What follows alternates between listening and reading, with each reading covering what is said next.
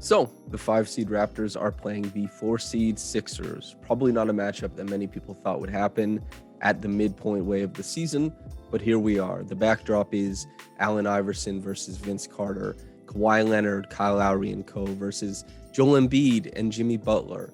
And some of the players in this one are the same, but the motivations, the play styles, they've changed tremendously. Fred VanVleet was an all-star this year. Pascal Siakam is probably going to be named to an all-NBA team, and they're facing James Harden and Joel Embiid. James Harden, who is already considered a top 75 player of all time, and Joel Embiid, somebody who is definitely going to be named to that team.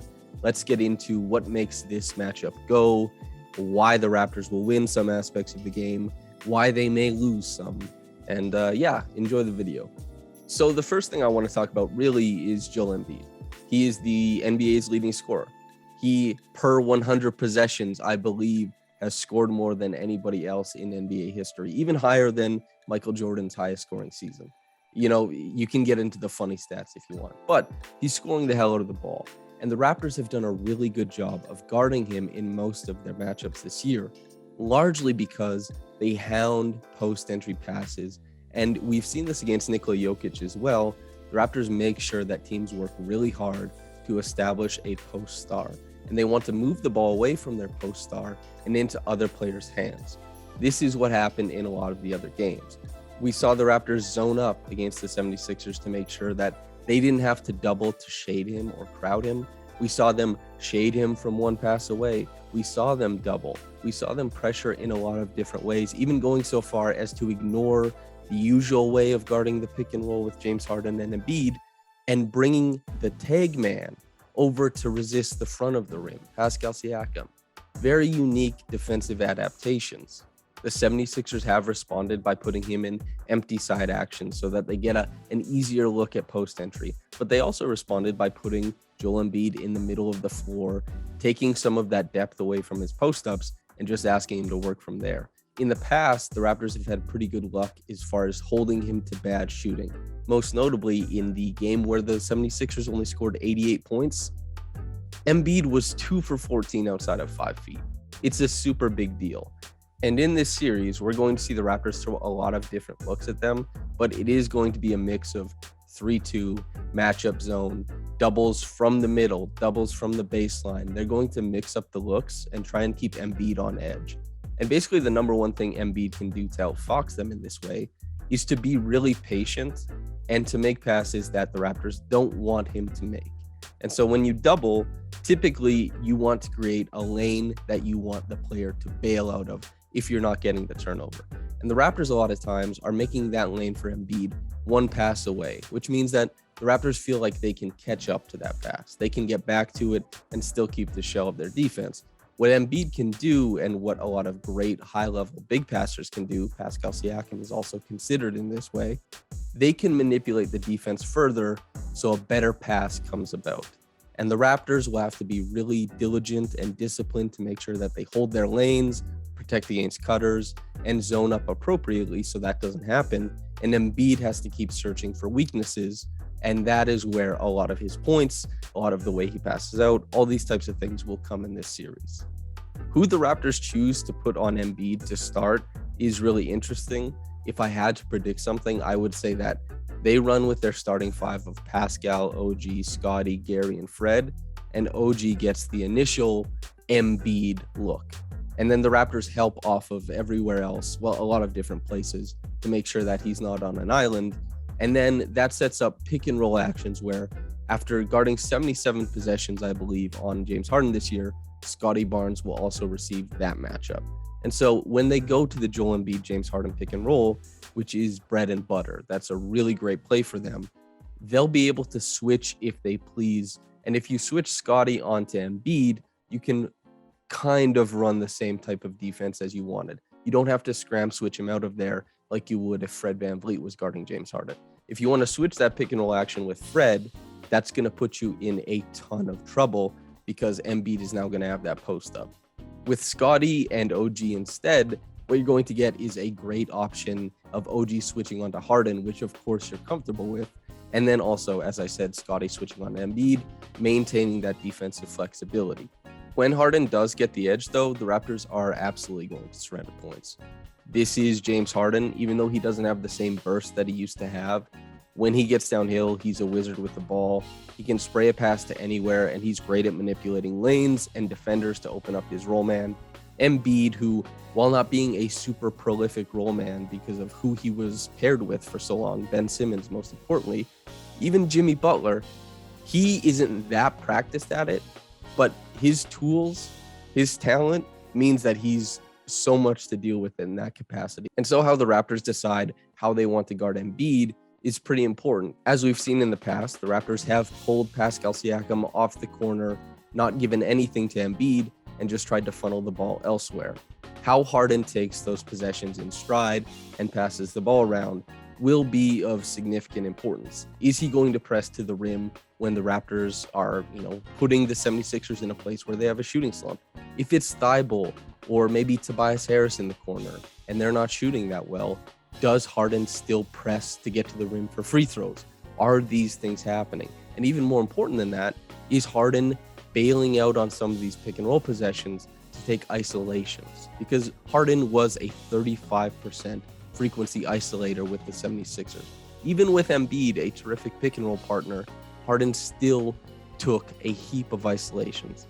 And as we saw in the season series, the Raptors were pretty okay with those isolations. In fact, they loved them because they felt really well equipped with Scottie, Precious, Pascal, whoever stepping out on him, that he wasn't going to get the shot that he really wanted. He would be mostly limited to those step back threes. And considering that the Raptors have to overload on Embiid to keep him away from the basket, to keep those free throws down, the fact that they would maybe be able to limit the 76ers to the variance and who knows what of James Harden's step back threes, that's a very comfortable position for them. Even if he starts teeing off and making them, they probably feel like that's the game plan working. Now that we have the big guns for the 76ers out of the way, let's consider what the Raptors might try to do on the other end, largely with Pascal Siakam and Fred VanVleet. We'll get into the rest a little bit later, but Pascal Siakam averaged 38-8 versus the 76ers in the season series and did so largely by bludgeoning them from the short mid-range. Very little else was available to Siakam because both of the games they played against the Harden version of the 76ers didn't feature OG Anunoby or Fred VanVleet. The Raptors have a few really good shooters on their team, but they've had to deal in large part without those guys because of injuries. And the Raptors, Siakam was mostly taking what was given to him because Embiid, whoever else, never really had to vacate the paint because of shooting elsewhere. We've seen this in many different games this year. Only Embiid is a lot larger than most people who roam the paint that Siakam has to deal with. And even when Siakam had Embiid switched onto him, he outfoxed him. He got to the shots that he wanted. If it was George Niang, Siakam got to the shots that he wanted. The main thing is that the 76ers don't have a good defender to throw at Pascal Siakam. Even Matisse Thybulle is not he'll get all NBA or all defense votes for sure. But this is not a guy that we're looking at to say, oh, this is a Pascal Siakam stopper. Thybulle's strength isn't on-ball defense. Not really. If he's in isolation against Pascal Siakam, Siakam's going to turn him into food and turn him into dinner. Thybulle is really good at playing team defense, jumping passing lanes, and then playing like pick and roll defense where he gets those rear view contests and that kind of stuff. But Siakam is going to put him on an island where there is no surprise. There's just straight man-to-man defense, and it really mitigates what Thybulle is good at. And nobody else on the roster has the juice to keep up with Siakam. Now, will the 76ers shade Siakam really hard? Absolutely they will. Will Siakam still get to spots on the floor? Absolutely he does. But he did shoot 60% from the short mid-range against the 76ers, which is 10% higher than he normally did the rest of the season. Some of this matchup for Siakam is just going to come down to being able to hit those tough shots, but he's made that a big part of his game anyway this year. He's going to be in a tough position, but that is no different than what he's faced all season. And in this series, Fred VanVleet will be available. Now, there are some worries because after the All-Star break, Fred VanVleet was less than 30% on pull-up threes. He was less than 30% on catch-and-shoot threes. And that means that the Raptors, their classic pick and roll offense with Fred VanVleet, it'll be more difficult for them to mine points out of those situations. The drop coverage that Fred annihilated all year is not something that he's been annihilating anymore. And Embiid is going to play a lot of minutes in this series. Embiid is going to be playing drop coverage. If VanVleet can recapture that form, that jumper that he had earlier on in the year, and a little bit of that burst, the drop defense that the 76ers are playing is going to be a way bigger problem for them, because Siakam is the best player on the Raptors right now, of course, but he doesn't dictate that Embiid leaves the paint.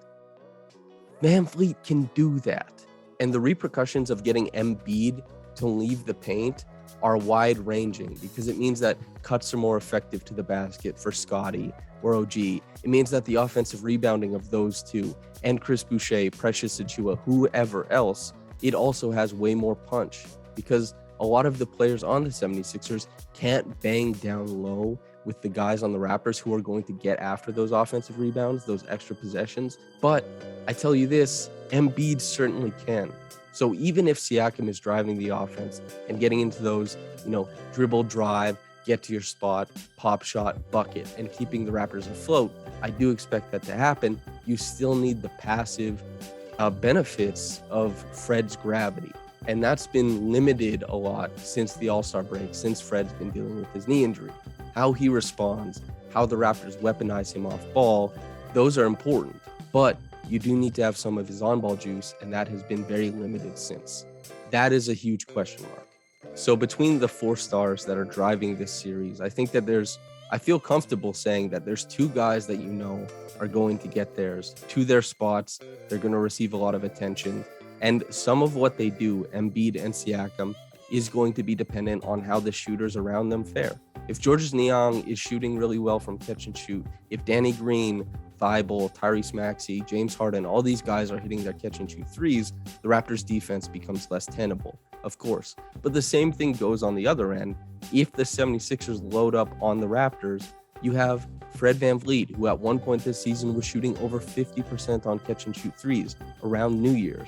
You have Gary Trent Jr., who's over 40% on catch and shoot threes. You have OG Anunoby, over 40% on catch and shoot threes. And you have Precious Achiuwa, newly minted star three-point shooter, who maybe has something to give in that regard as well, and will definitely have a bunch to give as far as the Embiid matchup. These are all really, really interesting things that could happen, but that's mostly my take, is that Siakam and Embiid seem like sure bets. Fred and James Harden are in different prove-em scenarios, let's say. And both of them largely because of injuries that they've had to deal with. Harden's off-the-bounce juice hasn't been the same since he tried to push through that hamstring injury. Fred hasn't been the same since trying to push through that knee injury. These are 2 guys who are so good at basketball, who are so clearly limited right now. And we'll see which one of them climbs the mountaintop. I do think it's fun to kind of play Tobias Harris and OG Anunoby off of each other offensively, because both of them are used in a wide array of situations. OG Anunoby is the main post-up hub for the Raptors. He'll be used as a screener. He'll be used off of pin downs and dribble handoffs to try and get downhill. He can do all of those things. But Tobias Harris is very similar in that regard, that he hits catch and shoot threes at a decent clip. He's also able to take possessions in the post. They use him as a pick and roll ball handler on occasion, and he also takes isolations. All of these things make them more diverse, and diversity is king in the NBA playoffs. Obviously, a lot of wins are driven by star players just being unstoppable, yes, but you have to be able to provide different looks on both ends of the floor, and OG Anunoby and Tobias Harris are going to provide a bevy of secondary options. I do think that OG Anunoby will be a much better tertiary option than Tobias Harris will, but if you disagree, that's also okay. Gary Trent Jr., I think, will be a really interesting aspect of this series, because he does have the classic X factor written all over him, not only because of how the 76ers plan to guard him, but also because Gary Trent Jr. is a streaky player all the time, no matter what. And if you happen to catch him on a series or a run where he's giving you 20 plus points every night, maybe even 25 plus in a run of games on really good shooting, on a really difficult shot diet, it completely changes the calculus for how the 76ers want to attack the Raptors defensively. If Gary Trent Jr. is shooting sub 40% from the field, if he's shooting sub 40% from three, that means that the 76ers, they don't pay nearly as much for loading up on Siakam. They don't pay nearly as much for blitzing Fred VanVleet in the pick and roll and getting that reset to Gary Trent Jr., for example. I talked about OG first because OG's avenue to being good and providing tangible, impressive feats seems like it's going to be so there defensively and as a tertiary option on offense. But Gary is the guy who could go from being the fifth option on offense to the first on any given possession, right? When we look at some of the plays that the Raptors have run without OG, without Fred in the lineup versus the 76ers, they've put the ball in Gary Trent Jr.'s hands late, pick and roll, dribble handoff, wherever, to get him even downhill, but a lot of times just to get him to a jump shot to make sure that the 76ers have to step out. And once again, when we talk about Embiid vacating the lane for VanVleet, Gary Trent Jr. can pull him out similarly. We've seen it happen in clutch time even between these two teams. It will be fascinating, and Thibault there, Thibault not there because of the vaccination stuff. That, I think, changes the calculus maybe a little bit. But also, Gary Trent Jr. is a guy who has hit tough shots against tough defenders. He's hit tough shots against bad defenders. And he is self-determining in a lot of what he does because of how he pushes for himself and the types of shots he goes after. It's not like the play-in game where we saw Anthony Edwards get to the rim and D'Angelo Russell get to the rim against Norman Powell because Norman Powell was not that interested in playing defense. Gary Trent Jr., if a guy doesn't want to play defense, he might not even take it to the rim. You still might be relying on that variance of that jump shot, those difficult shots. But he's also a guy who could save possessions with that 18-foot step back. He gets the ball with 7 seconds left on the shot clock. It's a grenade. It has to go up. He can give the Raptors those extra points. And if it's Thibault on him, the pressure on ball might be a little bit different. The contest on the shots might be a little bit different. But the biggest impact would probably be on the flares and on the dribble handoffs and on the pin downs, or even on catch and shoot opportunities where it's a kick out, where Gary Trent Jr. may be run off the line by, maybe it's Thibault, maybe it's Danny Green, but it's really interesting to think about what he does with the ball once he has to put it down. Is he sidestepping into a three that he can hit? Is the defense dictating that he puts it downhill? And if he gets it downhill, is he taking it all the way to the bucket, or is he taking it to 17 feet and trying a mid-range jumper? Those things will affect the series a lot, and obviously shooting variance, because that has been a huge story of Gary Trent Jr.'s career so far. And then also when we think of Gary Trent Jr., you think about the other side, the big plus scoring guard, Tyrese Maxey, who I think has the potential to completely destroy the Raptors in rotation at different points of this series. This is a guy who shoots over 40% on pull-up threes. This is a guy who shoots over 40% on catch and shoot threes. And this is a guy who can put the ball on the floor, finish at the rim, get to the line, all these different things. And he benefited so much by James Harden joining the team because James Harden does a pick and roll, the ball squirts out to the opposite side, and it's Tyrese Maxey, a blur, truly, getting downhill and causing a ruckus for the Raptors defense. This is really interesting because how the Raptors decide to send extra defensive attention towards him during these live ball situations, rather than just like, okay, we have our set defense, we have our shell, here's where Tyrese Maxey is. You wonder if in a playoff series, the Raptors might lean on Tyrese Maxey shooting and say, a closeout towards Maxey, is this what we're going to do? Are we jumping out and trying to get him to put the ball on the floor? Or are we scared of what him in the middle of the floor looks like? Or do we think, yes, we're going to make him put the ball on the floor. We keep our defensive principles. We think we can get him to keep moving the ball. Who knows? Because he beats rotations a lot of the time. And the Raptors, they need rotation to protect the rim. They aren't playing drop. They aren't playing a classical big center there who breaks up shots at the rim. And they certainly haven't defended the rim percentage-wise at a very good pace this year. So you wonder how they might differentiate when it comes to Maxey. That is really, really interesting. And I also wonder if the 76ers might opt to put Maxey on ball without a screen, depending on who the Raptors put on him. If it's Fred VanVleet, I do wonder if the 76ers might try and isolate Maxey the same way that Trae Young isolated on Fred VanVleet. A lot of these guys can just burst past people, and instead of having James Harden isolate, they might go the route of Tyrese Maxey. I don't know if they will. That would be a really tough thing to do for optics, especially considering if it doesn't work, it looks really bad. But Tyrese Maxey is a fantastic player and can definitely get into the teeth of the Raptors defense. So how they use him as a primary, how the Raptors decide to pay attention to him as a second side action guy, those things I think will be very, very interesting.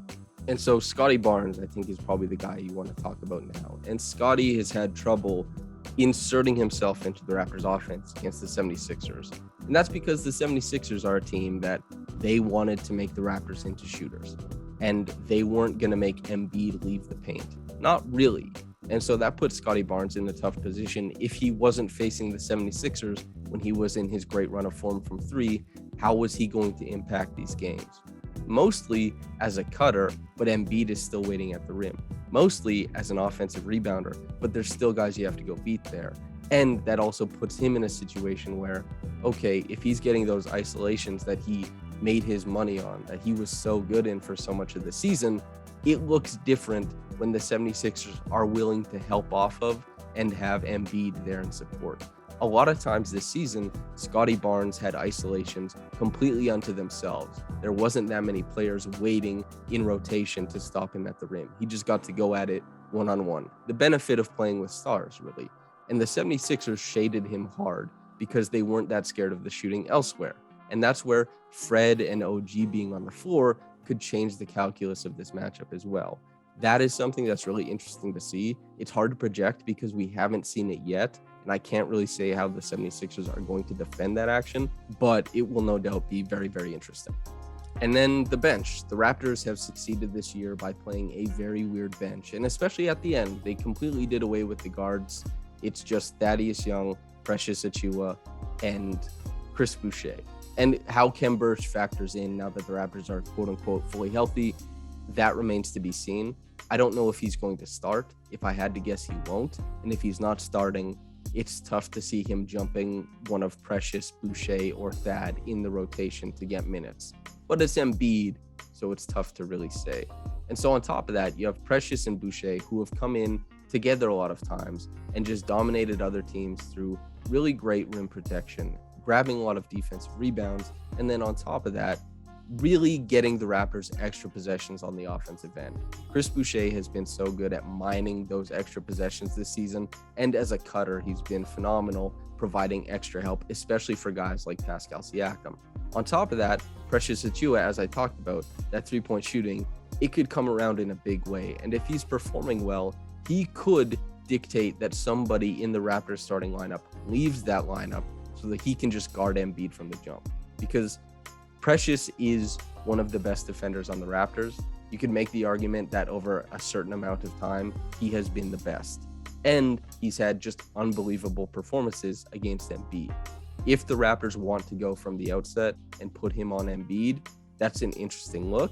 I'm not sure that we'll get it, and especially not right away, but it's something to consider. These guys are going to come in and press the 76ers for extra rebounds. They're going to defend like hell, and they're going to try and punch in shot making wherever they can. For Thad Young, he's been so good defensively on switches, maintaining the shell of the defense, and in rotation, he's been super clever, super helpful. His passing has come a long way. That was one of the main attractions of what he's been doing the past couple of years. It's also something he wasn't very strong with right after joining the Raptors, but that little passing verve he has definitely helped lately. And then on top of that, he's hitting 45% on corner threes. That could loom large in a series like this. Chris Boucher, similar thing. The defense has been really good. His nose for rotations and where to be, especially the charge drawing, has been exceptional. His long arms have really helped with their democratic rim protection system. And he's helped out immensely on the other side, as I said, as a cutter, having a nose for the ball on offensive rebounds, that kind of thing. Their bench is going to be really unique because it rests upon this basketball philosophy thing of, we don't really need to play basketball the way that you guys play basketball. We're going to play basketball the way that we do, with length and tenacity. And we're going to see if length and tenacity can just win in the playoffs in a way that we really haven't seen tried out before. So that should be totally radical and cool. And if it isn't, it might be a little bit depressing. that's mostly my thoughts on the series, though. I hope you enjoyed it. I know it's a bit longer than most of what you're going to get video-wise, but yeah, I hope the visual aids helped as well. I can't exit this without saying go to raptorsrepublic.com, read Louis Zatzman's preview. It's as thorough as you could ever get. I think it's more thorough than anybody will write about any series so far this season, and only until he has to write about the next series when the Raptors win this one. So yeah, make sure you go to Raptors Republic, read Lewis's preview, and yeah, thanks for tuning in. This is gonna be a fun series. So yeah, thanks for tuning in. I'll see you.